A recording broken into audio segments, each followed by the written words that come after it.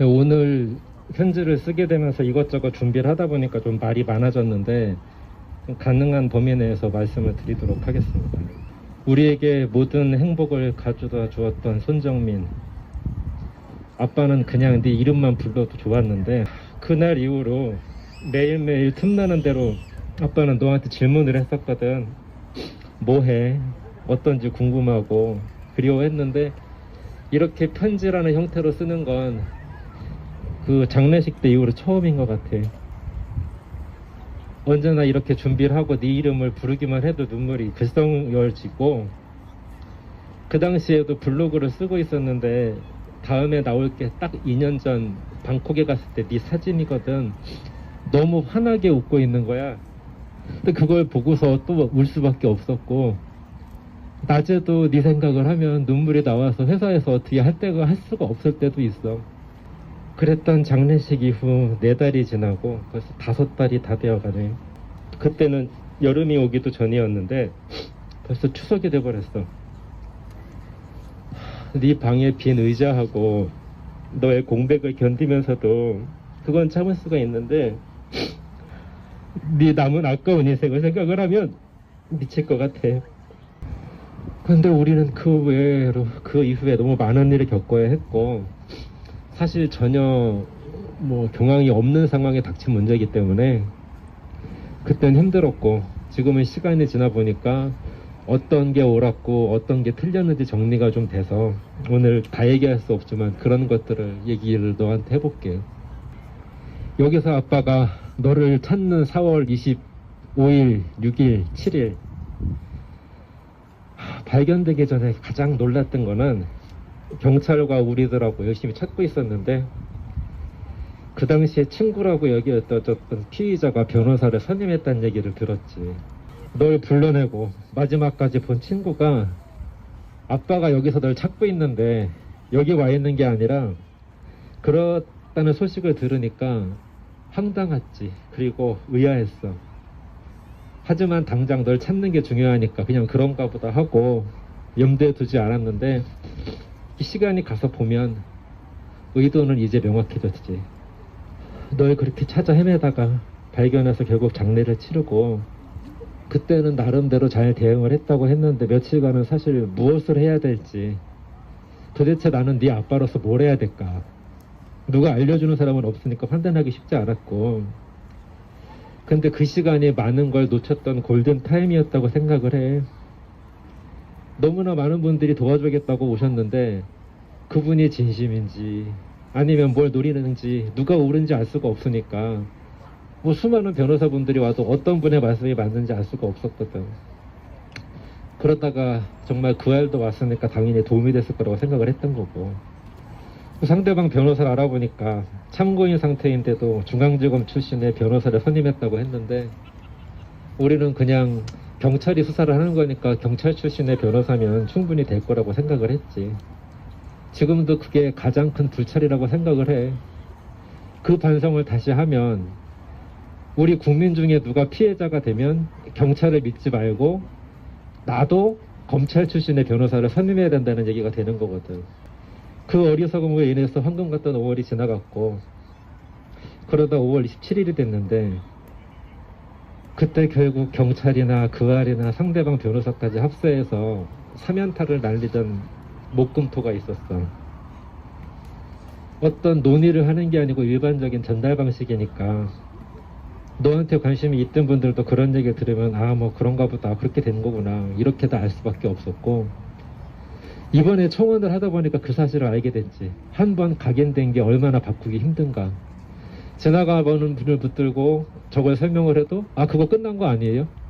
그러면 설명할 게 무지무지 길어졌었거든.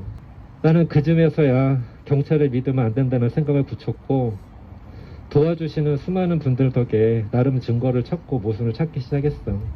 사실 이미 그때 경찰은 다 결론을 내리고 있었던 거고, 그 이후에 수사를 진행한 것은 거의 하나도 없었던 것 같아. 그런데 오히려 그 말했던 것들, 그 안에서 나왔던 무리한 것들이 오히려 말이 안 되다 보니까 5월엔 그렇게 브리핑을 하던 것들을 6월엔 하나도 안 했거든. 내세울 게 없었던 것 같아. 만약에 본인들이 뭘 알아냈다면 자랑스럽게 내세웠을 텐데 그런 게 하나도 없었어. 그날을 잊을 수 없는 게 평소에 연락을 안 하던 경찰에서 5월 27일 날 오라고 하더라고. CCTV를 보여주겠다고. 그래서 웬일이지 하고 갔더니 그 중간수사 발표문을 서초서에서 우리한테 줬거든. 근데 우리는 CCTV를 봐야 하니까 그 발표문을 볼 수가 없었어. 그 소중한 시간에 그걸 봐야 되는데 그 시간에 서울청에서는 브리핑을 하고 있었던 거고 우리는 그 내용을 볼 수도 없었지. 보고 나서 이거 이상하네, 이거 물어봐야 되는데 그럴 시간조차 없었던 거예요. 어쨌든 CCTV를 보는 동안 우리는 331에 대해서 물어봤고 경찰분들이 이미 331의 영상은 알고 있는 상황인데 우리가 얘기하니까 사실 그날에서야 부랴부랴 저 추락 예상 지점인 돌무더기에 혈흔 조사를 했다는 걸 나중에 알았지. 중간수사엔 당연히 없는 게 그날까지 안 했으니까 그날 했다는 걸 알게 됐고 중간보고서에는 331 내용이 하나도 없지. 티셔츠를 버린 것도 없고 양말도 사실 뭐 말도 안 되는 얘기였고 낚시꾼 목격자도 그렇고 그리고 거긴 분명히 나와 있는 게 사진과 목격자의 증언이 다르기 때문에 확인 중이란 표현이 있거든. 근데 그날 이후 오늘까지 그 확인 중에 대해서 한마디도 들은 적이 없어. 원하는 결론까지 내릴 수가 없었다고 생각해. 다만 결론도 없이 낚시꾼 얘기, 네 양말에 묻은 10m밖에 토사 얘기 이런 얘기만 던져놓으면 사람들이 그렇게 추측할 거라고 생각했던 것 같아. 그리고 마침 이틀 뒤에 그 알도 동일한 내용의 얘기를 하고 낚시꾼 얘기를 했지. 그리고 심지어 상대 변호사도 2차 입장문이 낸 게 그날이더라고. 세 가지의 사면타가 목금토에 일어난 거거든. 준비되지 않았던 내가 그 대응을 할 수가 없었고 세상에 믿을 사람이 진짜 없구나 하는 생각을 하게 됐어. 그래서 331의 영상하고 피의자 부자의 녹취를 바탕으로 우리는 형사 고소를 했거든. 근데 그 당시 비슷하게 경찰에서 했던 건 변심이었고 결국 우리가 고소하자마자 경찰은 변심위를 열었어. 그런데 변심위 결과 수사 종결 빼놓고는 하나도 들은 게 없어. 변심위를 열으려면은 이러이러한 내용이 있어서 그날 온 뭐 전문가분들 네 분이라고 하죠. 그분들을 통해서 이러이러하다는 의견을 얘기를 했기 때문에 그런 결론이 나왔다고 얘기를 해줘야 되는데 단 한마디도 하지 않았지. 거기서 무엇을 가지고 그런 결정을 내렸는지 우리는 알 수가 없어. 얘기를 하면 당연히 비공개라고 하지. 심지어 경찰셋 외부 내세 7명이 다수결로 했는데 4대3인지 5대인지 6대1인지도 몰라. 다만 내가 물어보니까 저는 합의는 아니라고 하더라. 그러면 셋 중에 하나일 거라고 생각해. 그런데 그런 결론을 내릴 때 경찰이 자랑스럽게 내릴 만한 안건이 있었다면 당연히 얘기했을 거야. 이러이러한 게 있으니까 이렇게 됐습니다. 왜 얘기 안 했을까? 그렇게 5월엔 브리핑을 하고 열심히 하더니 6월에는 그냥 범죄의 정황이 없다는 말 빼놓고 들은 게 없어. 그들이 5월 달에 발표한 것도 다 쓸데없는 음모론에 대해서 뭐 저 바닥에 혈흔 자국이 있다 이런 거 찾았다는 거지 진짜로 궁금한 거에 대해서 하나도 설명해 준 게 없거든. 종결은 했지만 한 개 부서를 남겨놨다고 발표했고 순진한 나는 그걸 믿고 뭔가 할 줄 알았거든. 그래서 가끔 연락해서 CCTV를 보자고도 했고 그럼 보통 바쁘다고 안 만나주고 아니면 내가 원하는 시간은 사건 발생과 무관한 시간이라고 아예 보여주질 않아. 결국 말해놓은 거랑 실제랑 다른 거지. 그리고 우리가 사건과 관련해서 수사 요청한 사항도 몇 달 동안 아무것도 움직이지 않고 있고 그래도 나는 아빠가 옛날에 인터뷰할 때 어떤 제보가 오면 누구한테 갈까요 할 때 다 경찰에 가세요 이렇게 얘기했었는데 그렇게 누가 뭐라고 욕해도 믿으려 했던 경찰이 그러니까 허탈하고 서러워. 그 고소 이후에도 벌써 3개월이 지나갔어. 당연히 비공개니까 무엇을 하고 있는지 알 수 없는데 그 전에 수사했던 건 강력되고 고소해서 한 일을 제대로 밝혀낼 수 있을지도 영원히 의문이고 정말 그렇게 마냥 기다려야 하나 하던 때에 고마운 분께서 국회 청원을 해주셔서 물론 그 아래 잘못된 방송 때문에 진짜 어렵게 수많은 분들의 도움으로 10만의 경찰 조직에서 한쪽이 부실하게 수사했다고 다른 쪽에서 바로잡을 일은 없을 거라고 생각이 들고 우리가 믿을 건 국민의 대표인 국회밖에 없는 상황이고 처음에 얘기한 대로 지금 대선 때문에 여수사는 판단해 얼마나 여기 신경 쓰실 줄 몰라서 안심할 수는 없고 너도 잘 알겠지만 우리는 결코 무리하게 경찰에 재수사를 요구한 게 아니야. 사건 다음 날 저녁과 그 다음 날 우린 두 개의 녹취록이 있어. 저녁에 온 가족이 만났을 때인데 그때 이미 옷과 신발을 인멸하고 나왔을 때거든. 너 한번 들어봐. 현장을 살펴보자고 했더니 부모만 나왔는데 아무 도움도 안 되었지. 아빠가 방북을 그렇게 헤매고 다닐 때도 지금 이 대화에서 나온 이곳에 대해 설명을 해준 적은 없는 거거든. 그 이후에 나대목 CCTV를 수백 번 보고 나서 이 진술과 일치하는 장면이 어딘지 알았고 딱 하나 나오거든. 네가 달려가다가 넘어졌을 거라고 표현할 수 있는 부분은 3, 3일밖에 없었어. 너를 평지에 끌어올려놓고 함께 잠이 들었다는데 3, 3일 이후에 너를 본 사람이 없거든. 너무나 당연하게 이상한 부분은 이 부분을 경찰은 지금까지 현장 검증 한 번을 안 했어. 그리고 바로 337에 달 사진의 통화 장면이 찍히지. 당연히 그 사진에 너는 없어. 아마 강비탈에 돌무더기밖에 없을 것 같은데 우리에게 숨겼던 그 전화 내용하고도 안 맞지. 초등학생한테 얘기해도 이상하게 생각할 일인데 물어보면 경찰은 늘 궤변만 늘어놓을 뿐 제대로 설명한 적이 없어. 어떤 말을 해도 말하는 순간 말이 안 될 거거든.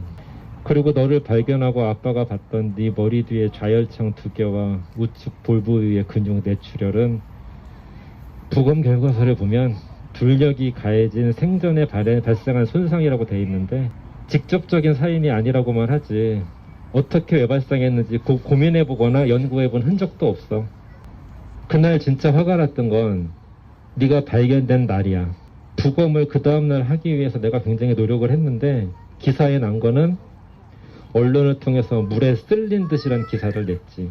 부검도 하기 전에 어떤 경찰이 기자한테 그런 기사를 낸 거고 그 기자는 절대로 자기의 취재원을 밝히지 않을 거고 그런데 이렇게 지나가는 경찰이 그 얘기했다고 기자가 그걸 쓰진 않을 거거든. 굳이 그렇게 할 필요가 있나? 왜 그러는지 사실 이해가 안 돼. 수사는 안 하고 늘 그런 식으로 몰아갔다는 게 슬프고 여러분들이 느끼시는 것처럼 그런 일이 얼마나 많았을까 생각하면 황당하고 그런데 그렇게 못 믿어도 수사권이 있는 유일한 기관이라 우린 약자일 수밖에 없어.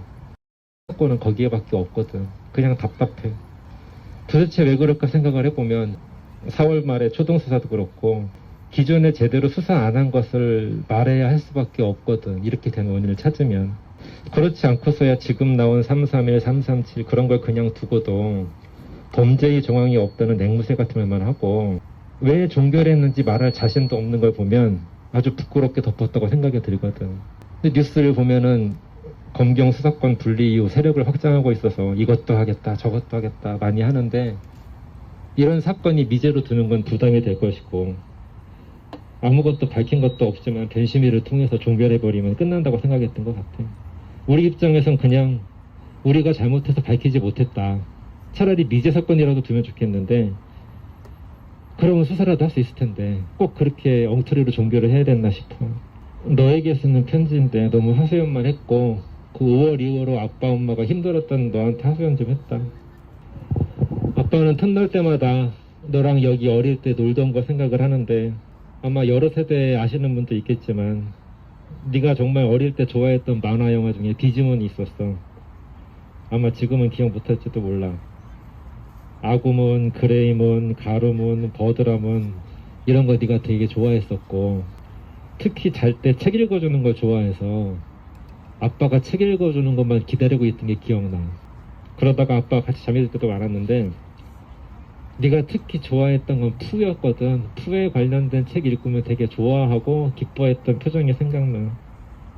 그러다 커서는 이제 게임을 알게 됐고 아마 초등학교겠지? 아빠랑 플레이스테이션 2를 되게 좋아했는데 정민이 네가 좋아했던 건 삼국지였어.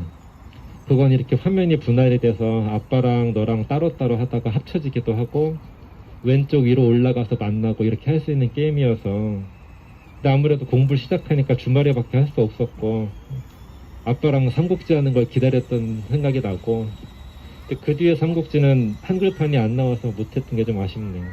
너무 많지만 너랑 사우나 가던 길이 생각이 나.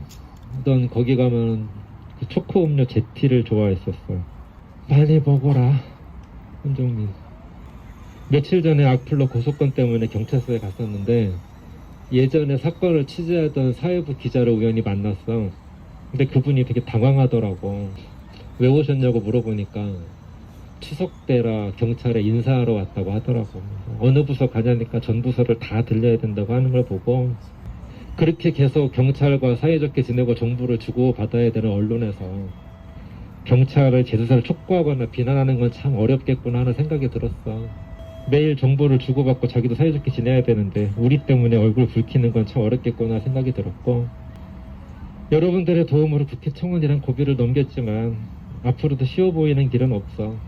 다만 희망이라는 게 있다는 거를 그 지난 시간 동안 아빠는 알 수 있었고, 지금도 환경을 보면은 강물이 흘러가는 게 아니라 오히려 역류하는 것 같이 보이는데, 아마 이 일을 저지른 사람은 네가 발견되지 않길 바랐을 거야. 그렇게 빨리 발견되지도 않았을 거라고 생각했겠지. 그리고 지금처럼 이렇게 수많은 분들이 관심 가질 거라고 생각도 못했을 거야. 훨씬 전에 묻혔겠지. 여기까지 온 것만 봐서, 아빠가 여기서 너에게 이런 얘기를 하는 것만 봐도 희망은 있다고 생각해. 그날 이후 지금까지 흘러온 것도 누구도 예상하지 못한 대로 여기까지 왔기 때문에 앞으로의 일도 알 수 없고, 확실한 거는 지금까지 본 것처럼 우리나라가 어떤 나라였는지 알게 될 거고, 이 일이 어떻게 끝나도 그거는 우리나라의 현실일 거라고 생각을 해.